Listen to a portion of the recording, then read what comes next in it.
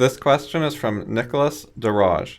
He says, it would be interesting to hear you elaborate and explain on thinking from principles instead of from concretes, why we do the latter, and give examples of how to start doing more of the former, as well as real-life examples of the process and differences it might lead to.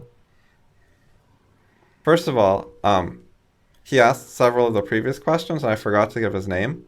So to give credit, those were the ones about make objectivism great again, and about Popper and Rand, and whether I'm an objectivist.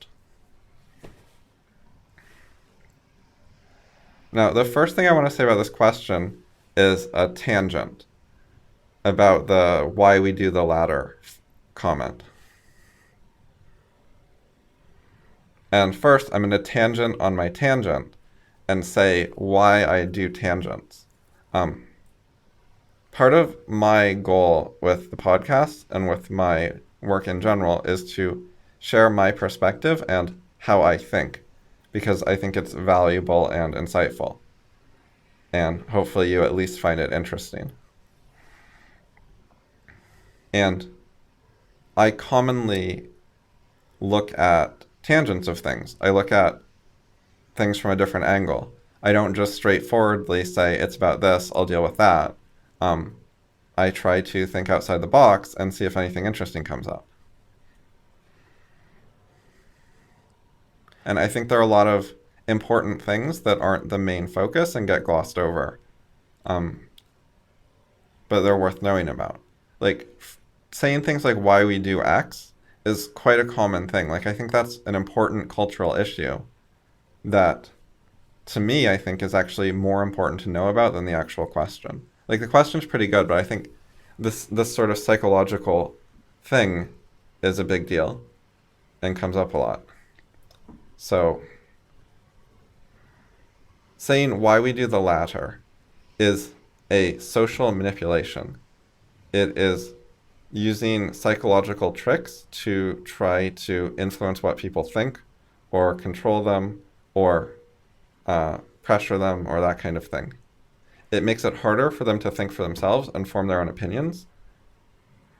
It makes it harder for them to disagree or dissent. It's also a little bit collectivist because we don't all do the same things. We're different, we're individuals, people vary. So grouping everyone together into a we, I just don't like a lot in general.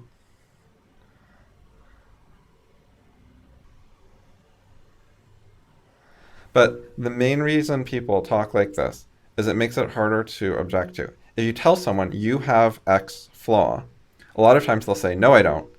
But if you tell them we have X flaw, a lot of times they'll be more open to it. Even though it's both times you're communicating that they have the same flaw. And so it's manipulative to say it in the way that gets people to react differently.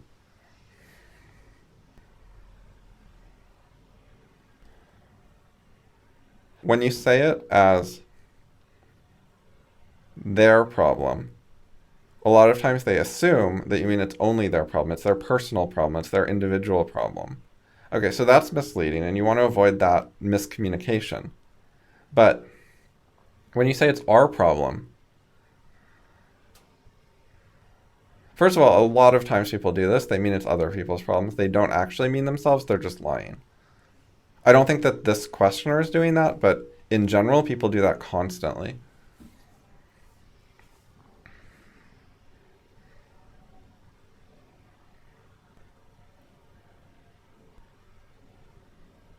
And it's harder to stand up to why we do something. It doesn't come off as like an accusation that you can just like fight back against. It comes off as a statement about the world rather than a statement about the person you're talking to. That makes it harder for them to object to it or dissent. And often, so when you say someone has a flaw, normally that's like the main point of the sentence. It's the focus. You don't say it in passing. People do say it in passing, and that's passive-aggressive and shitty. But there's a lot of times where you directly tell someone, like, I think you have X flaw. And you can give extra information, like, I don't think it's an uncommon flaw. I don't think it's a rare flaw, I think it's a common flaw. I'm just saying you have it. You can qualify if you want to avoid miscommunication.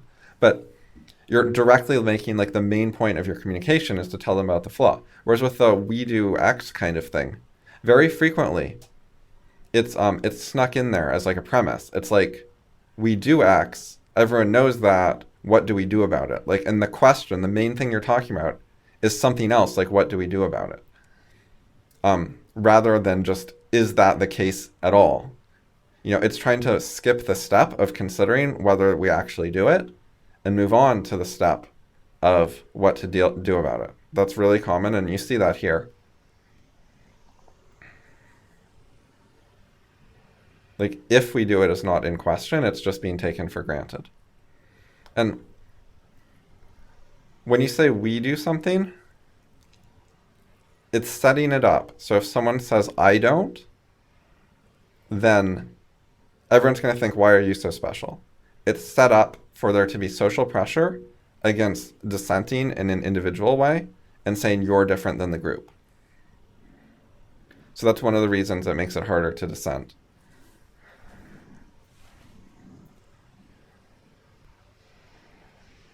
Now, you could avoid that and say, I don't think we do that. You could dissent for everyone at once, but that's hard, because then you're speaking for other people, and you're talking about a lot of people. A lot of times people do this kind of thing.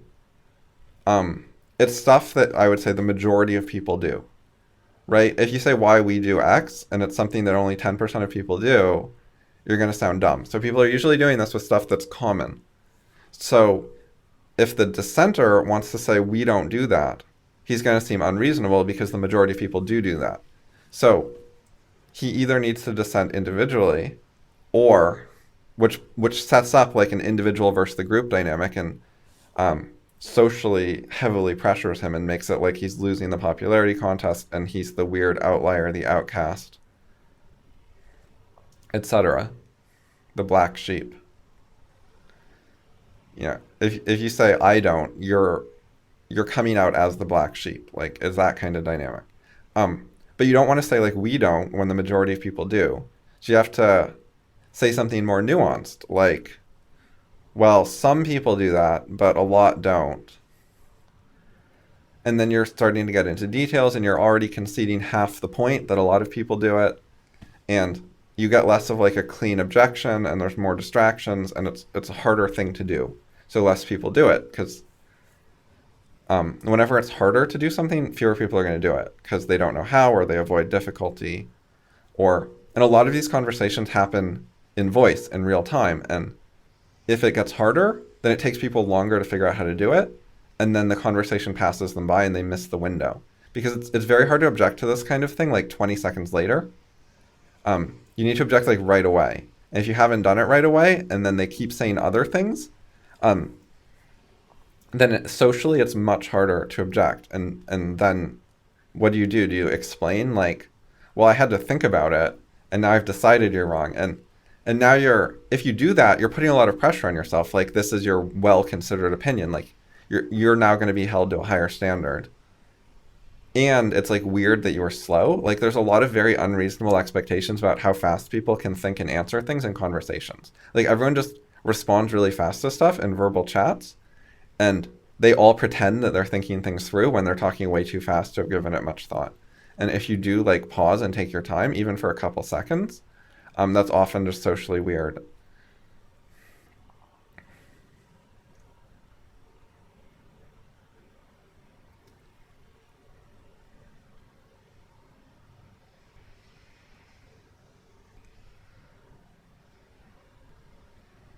Also with this kind of thing, people often, when you say it in passing, especially when you're doing the we version and talking about something else instead of making it the main point. See, when you make something the main point, then it's very standard that you then pause a little and you give the person a chance to respond. But when something is not the main point, then you keep talking until you get to the main point.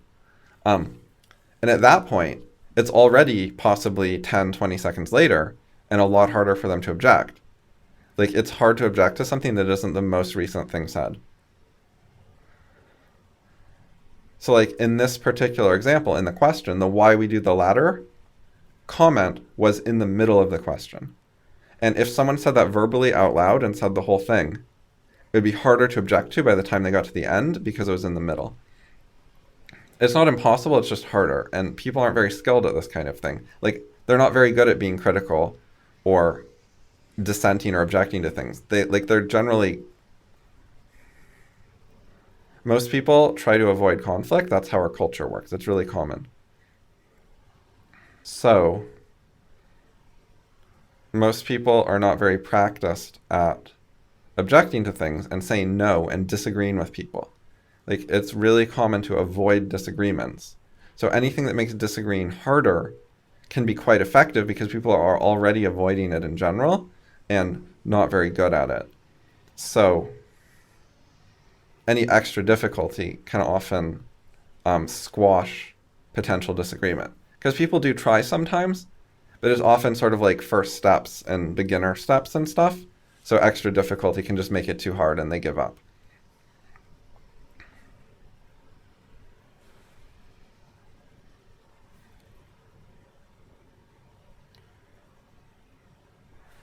All right, so those are my tangential thoughts on that phrase. Now, moving on to the question, it is about thinking from principles instead of from concretes. And my first answer from that is people do not reason from concretes to principles. Concretes do not imply principles. That's a lot like the myth of induction. So why do people think they do? Poor introspection and dishonesty, being confused about how they think. Stuff like that's really common. Just as a logical matter, the concretes do not tell you what principles to think of. Like, the information about the principles is not in the concretes. You have to come up with the principles yourself and check them against the concretes. Do they fit the concretes? Do they contradict any concretes? The concretes can help give you inspiration for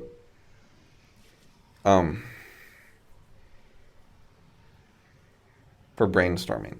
You can look at a bunch of concretes and say, okay, I see stuff like in this vague ballpark.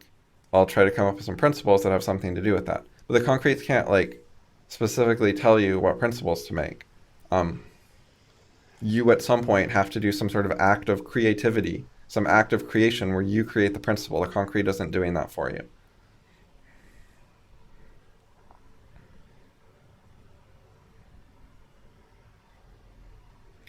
And which concretes do people find interesting? Like, how do you know which concretes to care about or think about or brainstorm about? It's the ones which violate your expectations or stand out given the principles you already have. Like, you already have some way of looking at the world in which those concretes are the notable ones, the interesting ones, the ones worth more thought.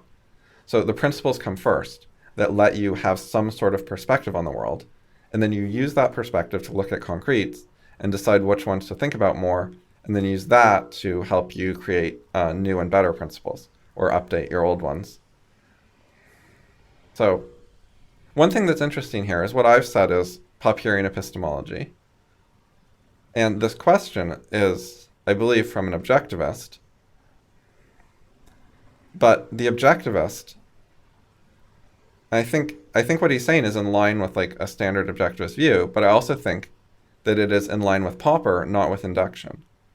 So I thought that was interesting because he's saying, you know, don't try to reason from concretes, you should focus on principles. And that's the Popperian view, whereas the inductivist view is start with data and get principles or get general theories from data. And the Popperian view is start with theories and then data has a secondary role. So this is a point of overlap between objectivist thinking and Popper. It's just one of the non-induction parts of objectivist thinking.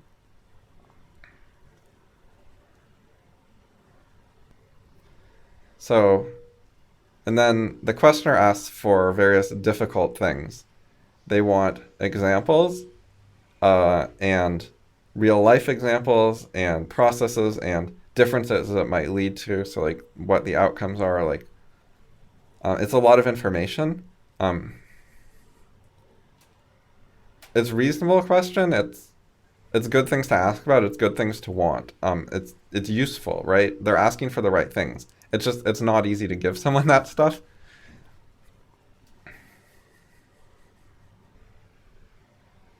The easiest types of examples to give in general are, on the one hand, toy examples, simplified examples, examples where there aren't a lot of factors involved, and you basically design the example to illustrate your main point. Or, on the other hand, examples where you actually have a real world example that fits what you want to talk about. So the world has all the real rich details for you, and you don't have to like make them up. The hardest thing is making up complicated examples. Like you can make up a simple example, or you can use a real example where the complexity exists in reality and you just look at it and analyze it. But making up complex examples is hard. So with those thoughts in mind, maybe I can make up a simple example and then try to think of a real world example. Also, thinking processes are one of the hardest things to make examples about, in my experience. They're hard to communicate to people and like show them how they work and stuff. One of the things I try to do about that is make screencasts where I record me writing emails, or I podcast and try to like think out loud and talk out loud. Like I just talked about some of my thoughts on examples. Like instead of making notes ahead of time, figuring out a good example to use, I think out loud about what I'm thinking like as I go along, so I can share some of my thought process. I try to do that in a lot of ways to give people a better window into my thought processes, especially with videos where you can see my screen and see what I'm writing and so on as I go along. There's a bunch of those on YouTube, by the way.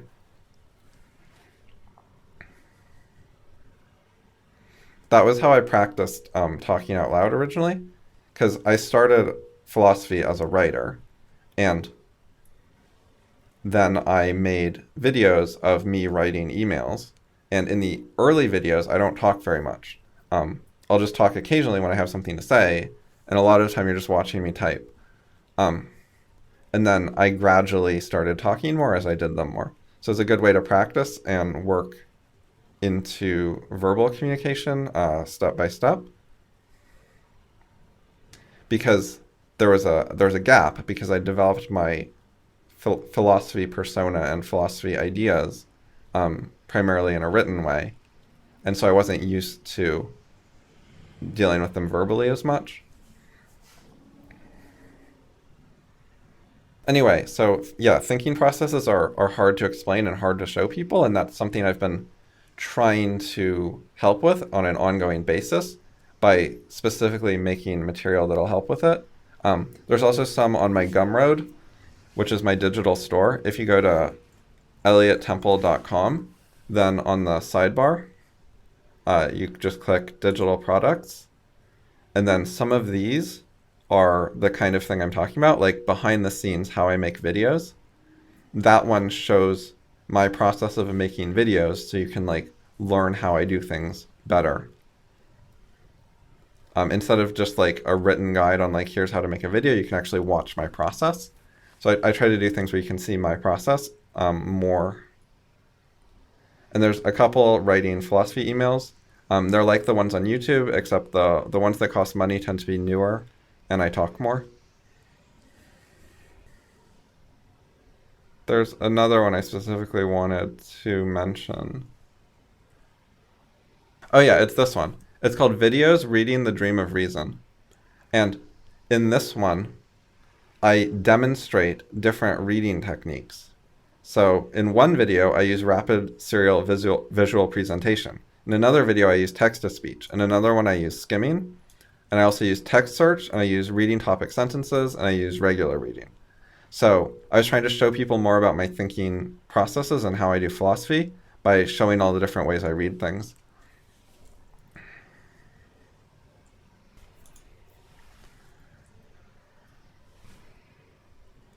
Okay, trying to get back on topic.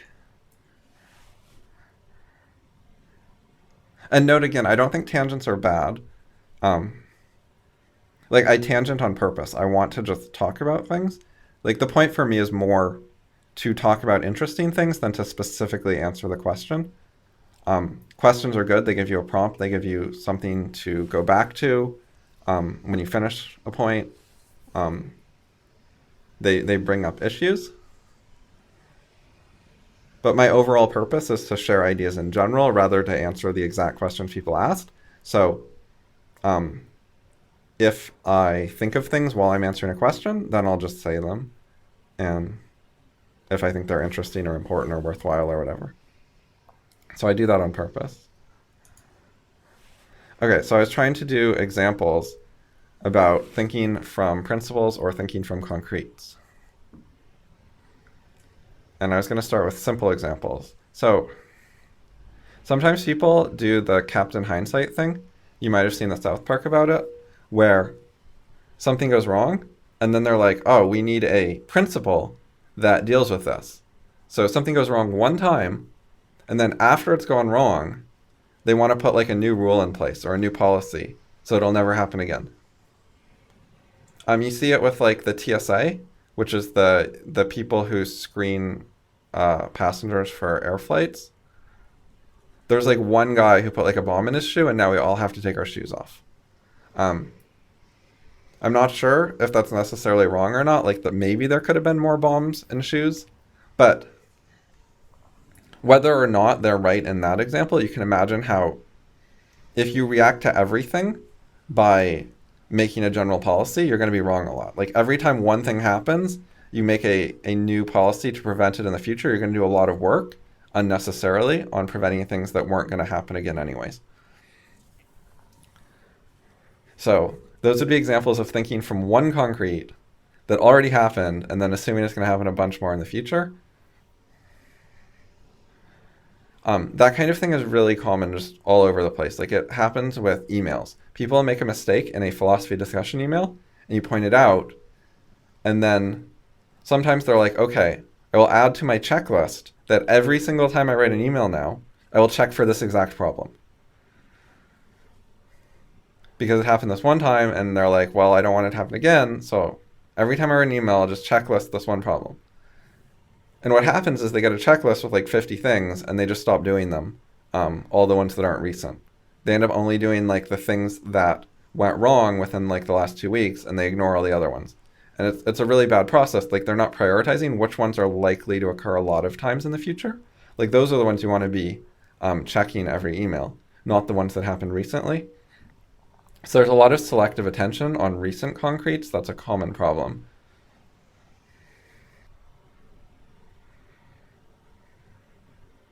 To deal with that better, you need some idea of like, why did that problem happen? If you have some understanding of the causes of the problem, then you can consider, is it going to recur? And if there's a risk that it's going to keep happening over and over, what should you do about it?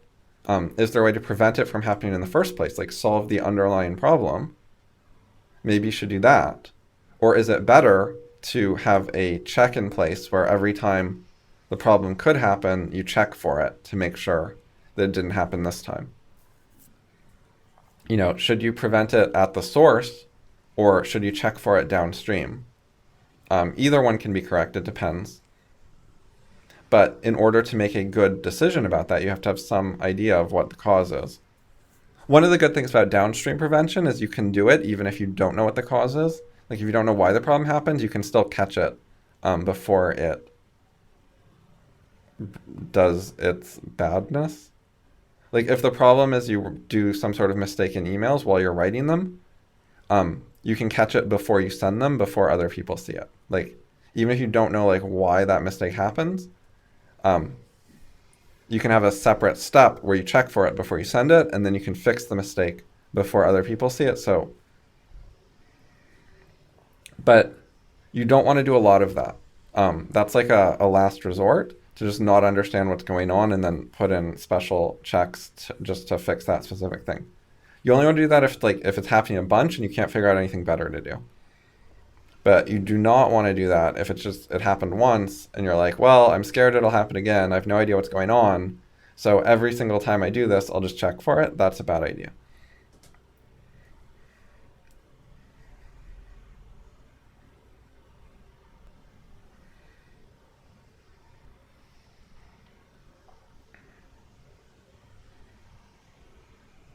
Okay, so another example related to thinking from principles or concretes. Let's take minimum wage laws. So someone who's thinking from concretes might be like, if the minimum wage was higher, I would get paid more. Or if it's not them personally who's making a minimum wage, they could be like, if the minimum wage was higher, those oppressed, poor black people could get paid more, which is kind of racist too. Like, you see a lot on the left, their sort of paternalistic attitude to how blacks are victims can be kind of racist, where they think blacks are incompetent or are the ones who make minimum wage or are the ones who need help. Like thinking that blacks as a group need help is kind of identifying people by a racial characteristic and then thinking those are the weak, incompetent victims. Um, which is not entirely false. And like, because race correlates with culture and culture um, results in things like more or less financial success. I mean, I think that's how it works. I don't think that race or like skin color or blood or genes directly cause black people to be poorer on average, but I think that uh, there is a culture that is associated with the race, and it is the culture has some flaws in it.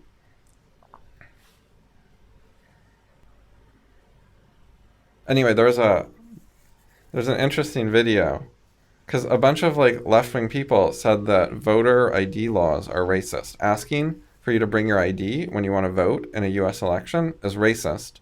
And the reason they said it's racist is because black people like don't have IDs or don't know how to get IDs or something.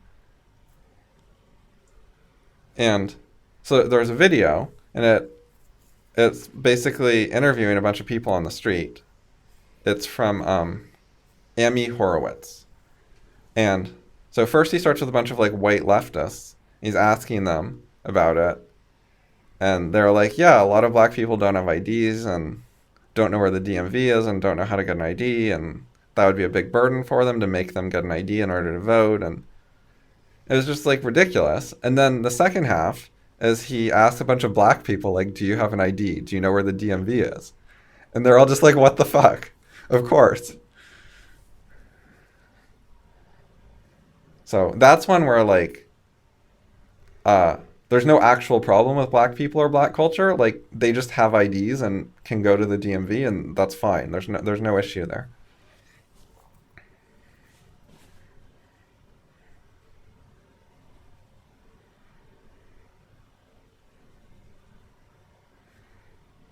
Okay, so about minimum wage laws. So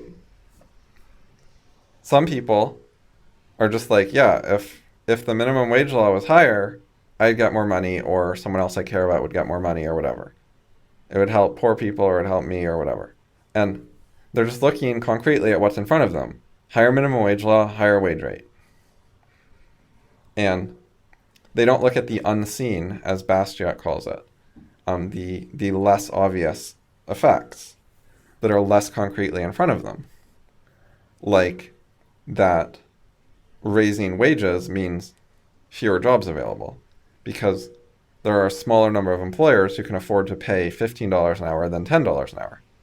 At the $10 an hour rate, there's more jobs that, because there are jobs that have a productivity between $10 and $15 an hour, you know? Ignoring, like,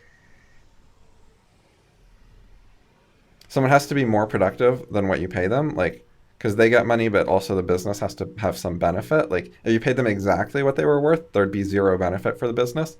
So there has to be some profit for the business too. But anyways, just like ignoring that, setting that aside, basically, if, just to keep the numbers simpler, there are jobs where the productivity is like $12 an hour. You know, you'd be happy to pay them $12 an hour, but you can't pay them $13 an hour because the job doesn't produce enough. So if the minimum wage is set to 15, then that job just doesn't exist and someone doesn't get hired. But someone not getting hired is unseen. Like the person who just doesn't have a job at all is not concretely in front of you the way someone getting paid more is.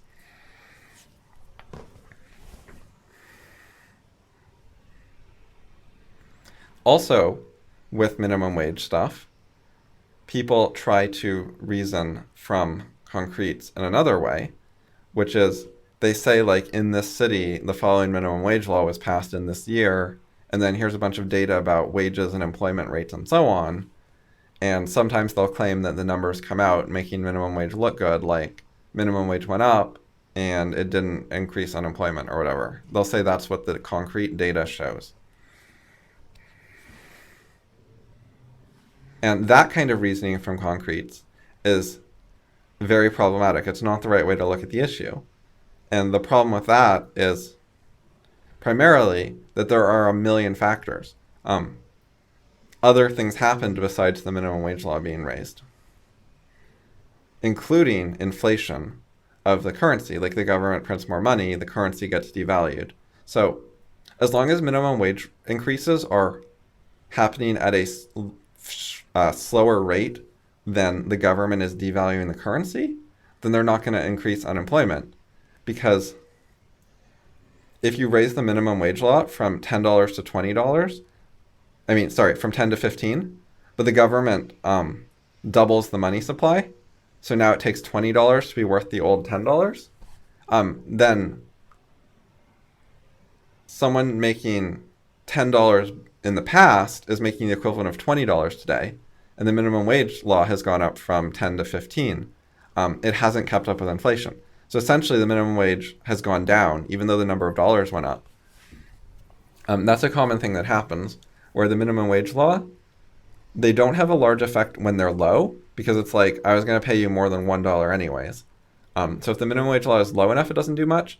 And if you raise it, but you're not raising it a lot, you can raise it to an amount that used to be high, but it's no longer high due to inflation. So it doesn't have much effect. So that's one of the reasons that looking at that data can be misleading. But also there are just a ton of other factors. Like maybe there was some bad law that was harming business, making it harder to start a business, and that law got repealed. And that is why, and that had a larger effect than the minimum wage change. There's so many millions of things going on in like a city or a region or whatever that is very hard to say, to tie together the results you get and specifically the minimum wage law change. So a better way to look at it is from principles, from understanding causes, how things can work logically, gives you a much better perspective to look at the data from. So an example of a cause is if you raise the minimum wage law, then that causes some jobs to be unprofitable for employers because they don't provide as much value as the minimum wage. And therefore, you're creating a large economic incentive for those employers not to offer those jobs, to fire people or refrain from hiring people, like don't expand. Like logically that makes sense. You can think about it and see why things would work that way. So that gives you a better understanding than looking at the data and then hoping that there were no other factors that mess it up.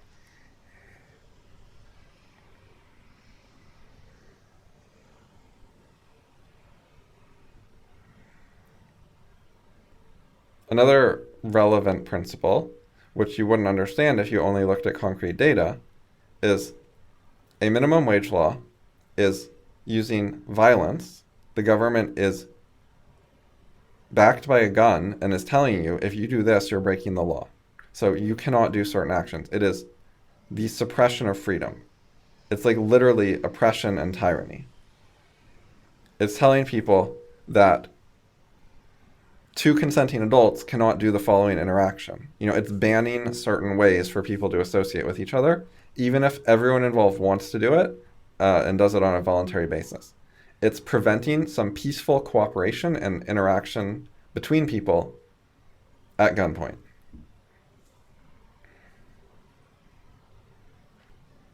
So that's bad. Even if it worked out economically, it would still be bad.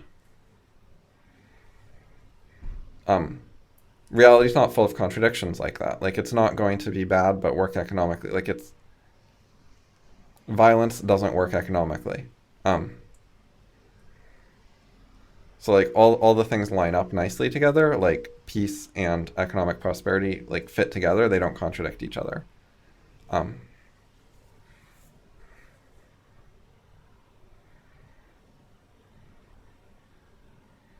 and also, if you only look at concrete results like someone got paid more, you're not thinking through what all the issues are. You're just staring at that particular concrete. But you should think about just because they got paid more, are they better off? Not necessarily. Maybe their boss said, well, now that the wages have gone up, I want you to do like a bit of extra work or take on a bit more responsibility or something to earn that raise that I have to give you. And maybe the person feels pressured into it because they want to keep the job, and that they're like, well, that seems reasonable. Okay, they can't really say no to it, but they would have been happier potentially, like not getting that promotion. It's sort of like the government forced a promotion on them, and now they get paid more, but they do a bit more work. And they liked just, they thought, I don't need a lot of money, and I like having an easy job, so they don't want this sort of forced promotion.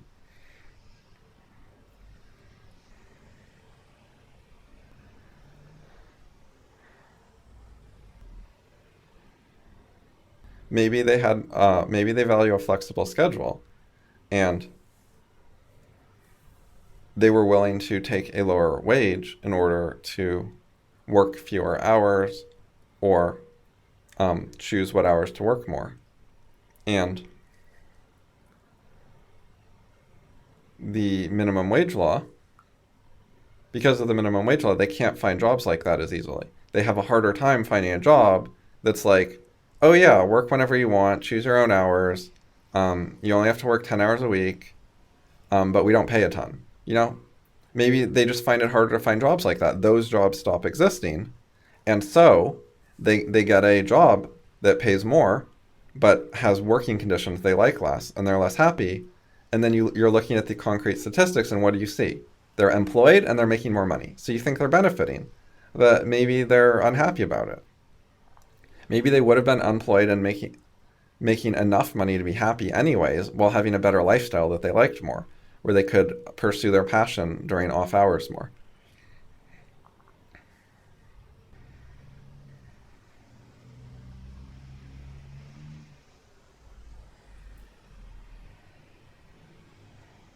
So one of the things that you miss if you try to look from concretes is causes. In this case, like what is causing someone to get a lower wage? One of the causes of a low wage is doing work that's just not worth a lot. And what happens if you raise the minimum wage to the work that's just not worth as much as the new minimum? Employers do not want to hire people for that. They want to fire everyone and just not have that work done because it's not worth the price. So that's not going to help people, is it? And then what are other causes of people having low wages? Wanting flexibility, wanting other things besides wages, like good working conditions or setting your own hours. Those things have value to people, but they're less convenient for the employer. So you got a bit lower wages in return for that other stuff, those other benefits that are non-wage benefits. And minimum wage screws with that as well. In order to get those kind of non-wage benefits while being over the minimum wage, you have to do something more productive than you had to before. So like, if you're working for $10 an hour, but you're also getting $5 an hour worth of like extra benefits, then you have to be productive at a rate of $15 an hour. And then the employer is happy for you to have $10 an hour of pay and $5 an hour of like extras because you're doing $15 an hour of work. Right? So that works great. You're happy, they're happy. And then what happens if the minimum wage is set to $15 an hour, which is the amount you're productive? Right? Someone might think that's fine because you're productive enough to make $15 an hour. However, if you want $5 an hour worth of extras and the minimum wage is $15 an hour, now you have to be productive at a rate of $20 an hour so that you can get $15 of actual salary plus $5 an hour of extras. So even people who are as productive as the minimum wage or more can still get screwed over by a minimum wage law, because it prevents them from taking part of their salary as non-salary, as something other than money.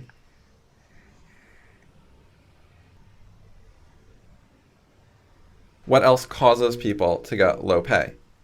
Competition from a lot of workers. Like if there's 500 people applying for the same job, the employer is going to be like, well, whoever will take only $3 an hour can have it, you know? It'll get bid down like an auction. And whoever can do a good job and is willing to take the least pay is going to get the job. Like that makes sense. And okay, so if that is like a causal thing that happens in reality, what happens when you set a minimum wage law? Then the employer can't decide by who's willing to take the lowest pay of the people who can do a good job. He has to decide who gets the job in a different way. So when the workers could compete against each other by being willing to take lower pay, then the most desperate person could get the job. Again, of the people who are qualified and will do a good job and so on. You don't want a desperate person who's not going to do a good job. So that's actually a good thing. That the person who's willing to take the least pay for the job is the person who needs it the most, who has the worst alternative options, who's the closest to starvation or has the least ability to get hired at any other job or whatever. Like the person who needs it the most will take the least pay. So that's actually really good. You want the job to get allocated to the person who most badly needs it, among people who are going to do a roughly equally good job. So that's beneficial to society, and it makes sense, and and it helps the people who need help the most. And it's beneficial to the employer because they get to pay less and make more profit. Okay, so that's all pretty good. And that is a causal reason that people take low pay. You can understand, like, in principle, what's going on there, why it makes sense, how logically it fits together. And what does the minimum wage law do to this? It makes the employer, it ruins that system. You got like 300 people who say, well, I'll take minimum wage. And then the employer has to choose between them in a different way. It's not who needs the job the most, because they can't signal that by being willing to take lower pay. So what will the employer look for? The person who will do the most unpaid overtime, the person who can do more than the job requires in some way, who has like extra skills, the person who's the most subservient and can be pushed around. There are a lot of other things. Or a lot of times they'll hire a friend or a friend's friend or a friend's friend's friend. They'll trade favors. They're like, well, I can't pay less than this. I have to pay the full minimum wage. But if I hire someone as a favor, then I can get a favor back later. I can get an extra bonus. So instead of paying a lower wage rate, what I can make up for that with is getting a favor from someone, being owed a favor. So when you don't let the market decide things with supply and demand, auctions setting wages, you create some sort of black market or secondary market where other things happen. Who's willing to take the fewest vacation days? You get factors like that deciding who gets the job. So you're not actually helping the workers. You're making things get decided in a shittier way that is more clandestine, and it's more, it tends to be more favorable to established people who are already in power or respected in the community or whatever else, like influential people who have friends. Generally, this kind of thing is really biased against people who have no friends, so they can't call in favors.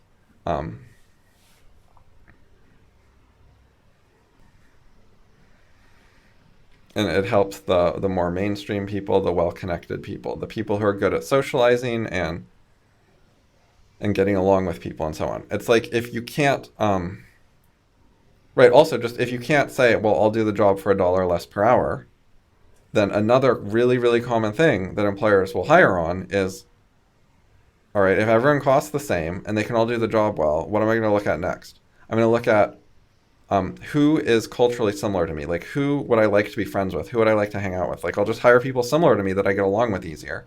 I'll hire my kind of people. I'll hire people who are good at socializing. I'll hire charismatic people. I'll hire hot girls. People do stuff like that because there's no penalty.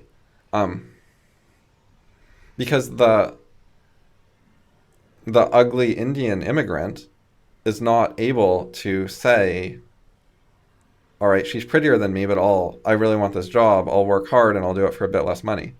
He's not able to compete on that way. You take away that way of competing, but the minimum wage law does not prevent competing by being pretty or being better at English or being more charismatic or whatever. So it gives advantages on all those sort of social factors, which is not a thing you want to introduce into the economy.